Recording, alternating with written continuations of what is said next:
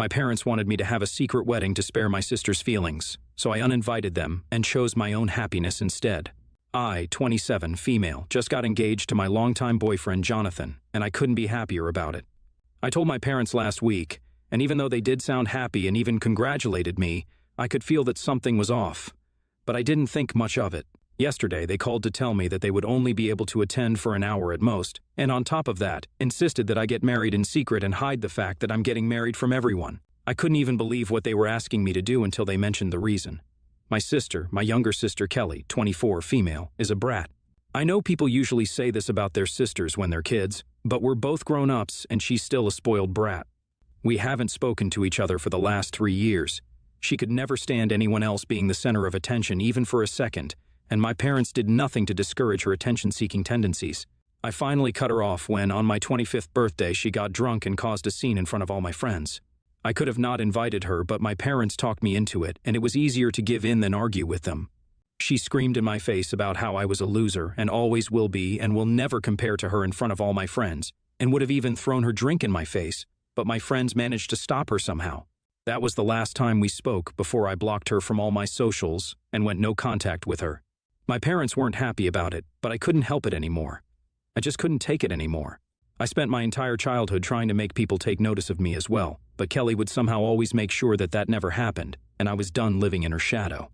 I'd already moved out of my parents' house, so it was easy to cut her off, and that was the last I heard from her.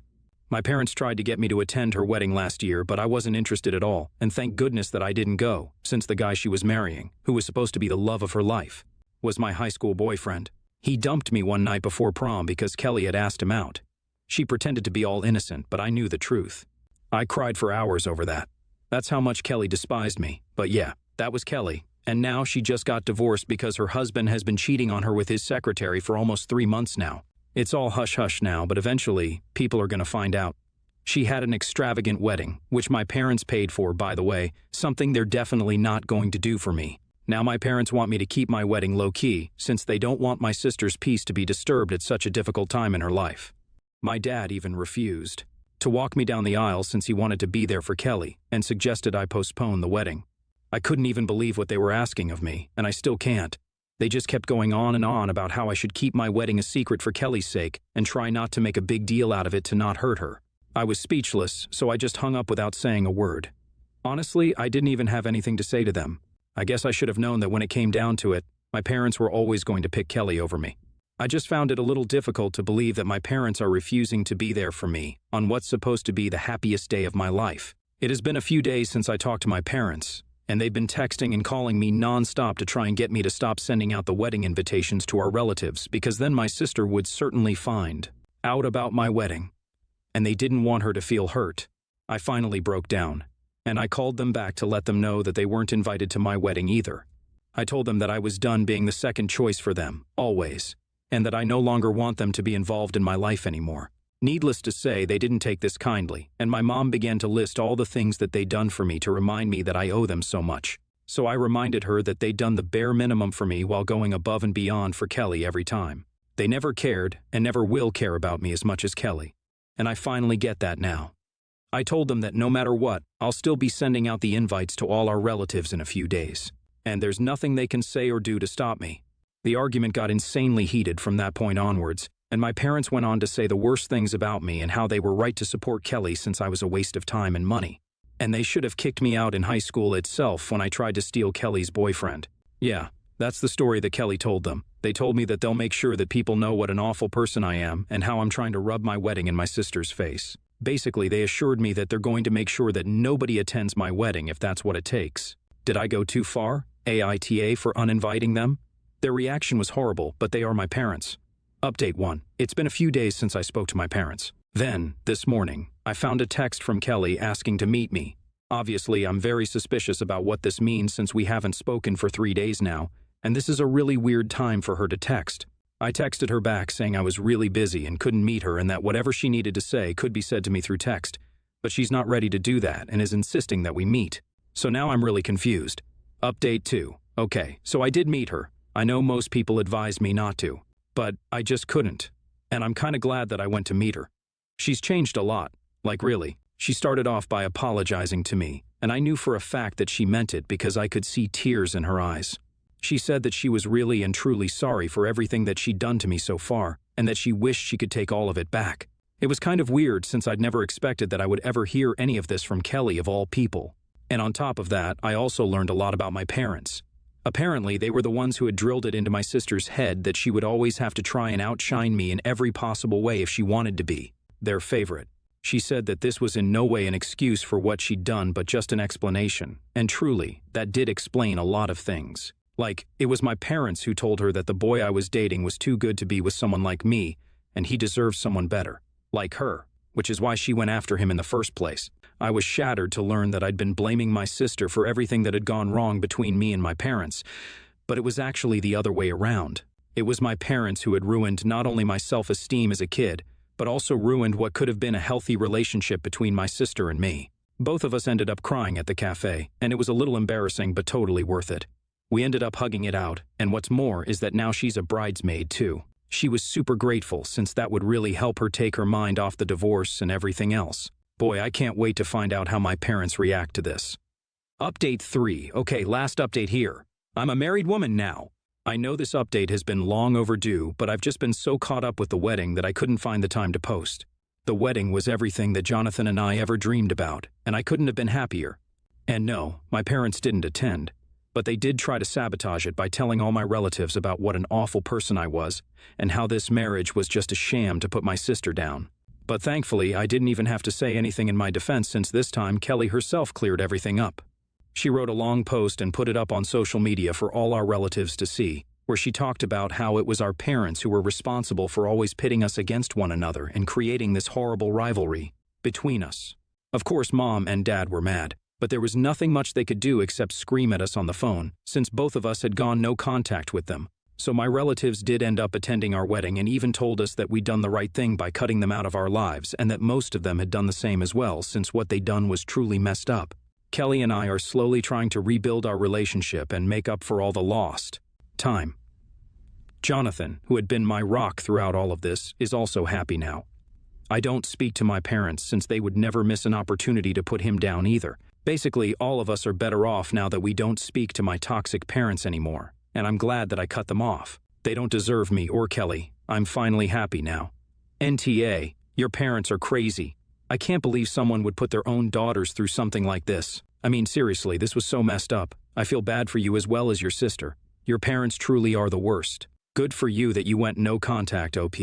You guys deserve better, and best wishes for you and Jonathan. Gosh, that was something. I remember one of my friend's parents was also constantly pitting her and her brother against each other. Even they ended up cutting the parents out of their lives. This should teach all such messed up people a lesson. You simply do not make your children compete. They're the NTA. I hope you and Kelly are happy now, OP. You guys should also try therapy to undo God knows how many years of trauma. And best of luck to you and Jonathan as well. Sending lots of love. Next story. I, 38 female, have 3 kids, 15 female, 13 male, and 9 male, with my husband, 38 male. Both my side and my husband's side of the family live close, so we see each other all the time. On my side of the family, we get together every Friday at either my house or one of my siblings' houses for pizza. This past weekend, I was the one hosting pizza night. Our 13-year-old had his friends over that night, which sometimes happens on these nights. And there hasn't been an issue before this. My son's baseball teammates were over. One of his friends, Carson, got diagnosed as autistic a few months ago. This isn't particularly surprising, as something was always different with him.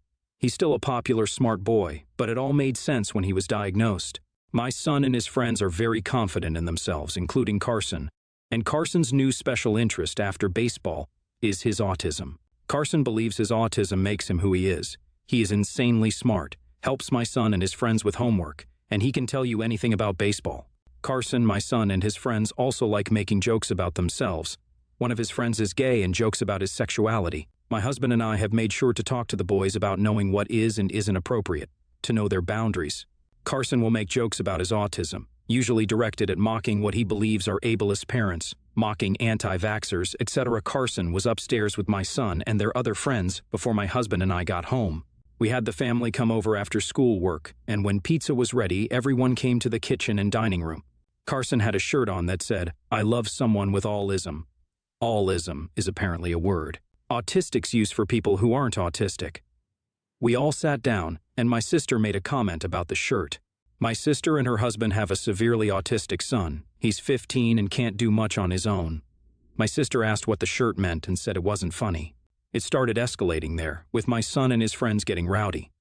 Carson then said something about not being a burden, to which my sister said, "For some of my friends, their children's autism are burdens. Their children are burdens." At that point, I screamed at everyone to shut up and told my sister and her husband to leave.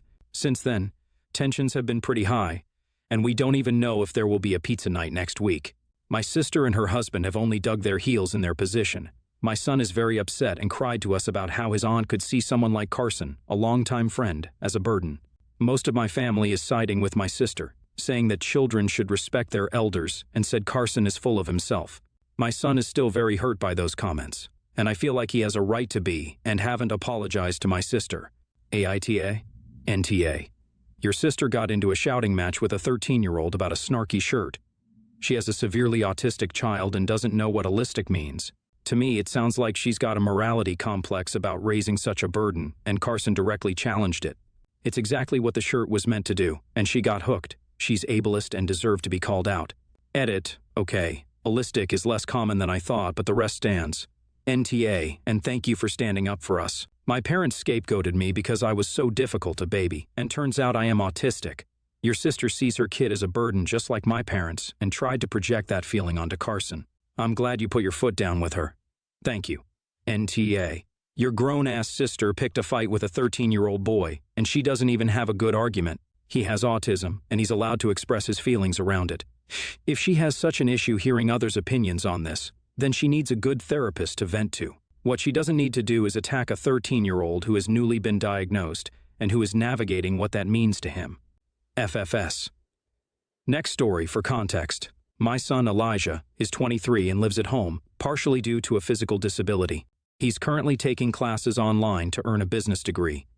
He has been with his current and first-time girlfriend, Tanya, 24, female, for 2 years. Tanya is also in college and goes to a local brick-and-mortar, as I understand. A few months ago, Tanya gave my son a brand new Xbox Series X, which was a bit odd to me. It's important to note, as Tanya's birthday approached, I gave Eli $200 to put towards a decent gift for her since she randomly gave him something expensive. Fast forward a few weeks, and Tanya abruptly stopped coming over. They are adults, so neither my wife nor myself pried as to why. Eventually, Tanya calls my wife to explain that Eli is refusing to return her Xbox. She was a bit confused. Tanya said they didn't break up but had a fight before she asked for the Xbox back. She also claimed it was never a gift. We spoke to Eli. He assured us it was absolutely a gift, as it was even wrapped. I felt they needed to figure things out on their own. Last weekend, Tanya came over and approached me in our garage. My son and wife weren't home at the time. She had explained everything and then handed me her phone to read their text history. To summarize, one of Tanya's 3 roommates stole from her. 2 days later, the Xbox she had purchased was delivered. Fearing it would get stolen, she asked my son to hold on to it for safekeeping until she found a new place to live. As a direct quote, "I haven't even opened it yet. Just sucks I'm living with a thief. When I come over, let's set it up so at least you can use it." He acknowledged everything she had said, aside from the entire Xbox ordeal. The more I read, the more livid I became. The things my son said to her, speaking to her in such an extremely condescending manner. I was mortified. This is not the son I raised. I took her into his room and packed up the Xbox. I was in shock to learn about this side of my son I never knew existed. I was asking questions and learned the fight started after he forgot her birthday. Days later, she was very hurt and confronted him.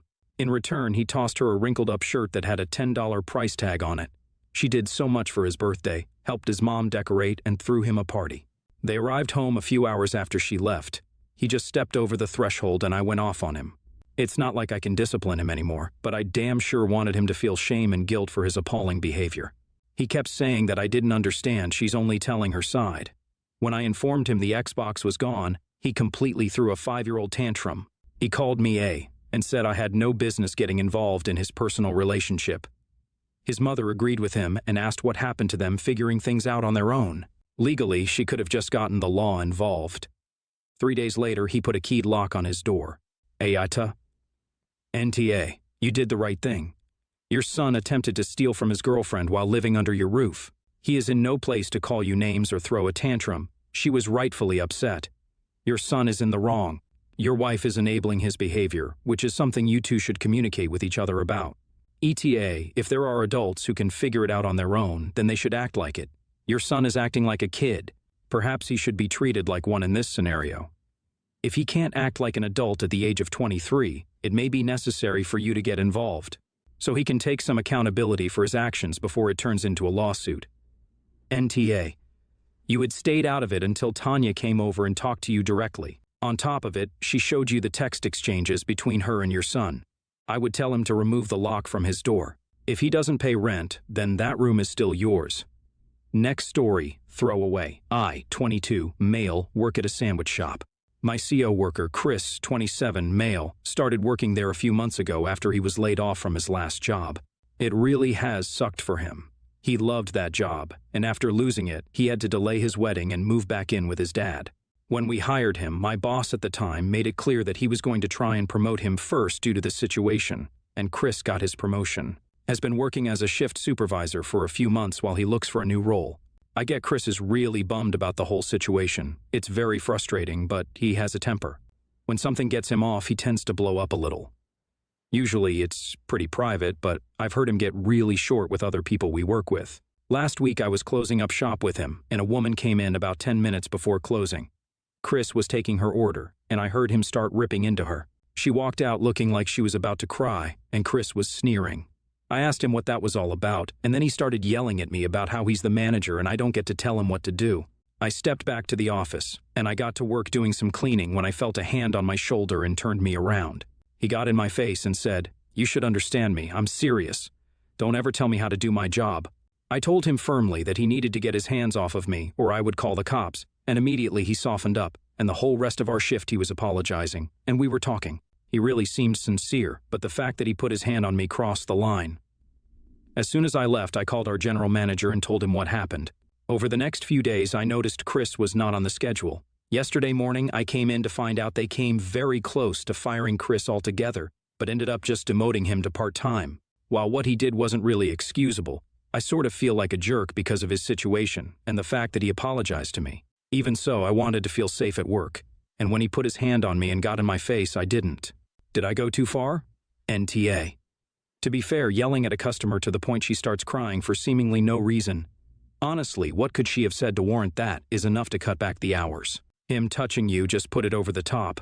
I am sure they reviewed the tape or spoke to him before they made their decision. It's not your fault, and if he wants to keep a job, he has to be nicer. NTA. He abused a customer and then committed an assault on you. He's not mature or stable enough for any type of management or supervisory position, and frankly, your boss should have fired him. He's a major risk. He needs to grow up and get his anger issues under control. Frankly, you should have called the cops on him, but I understand why you didn't. He's reaping the consequences of his own actions, so don't let anyone guilt you, especially not him. Row 1. Before he became a manager, he and I actually got along really well. I'd never seen him like this until he got promoted. It seems to me like the power kind of went to his head.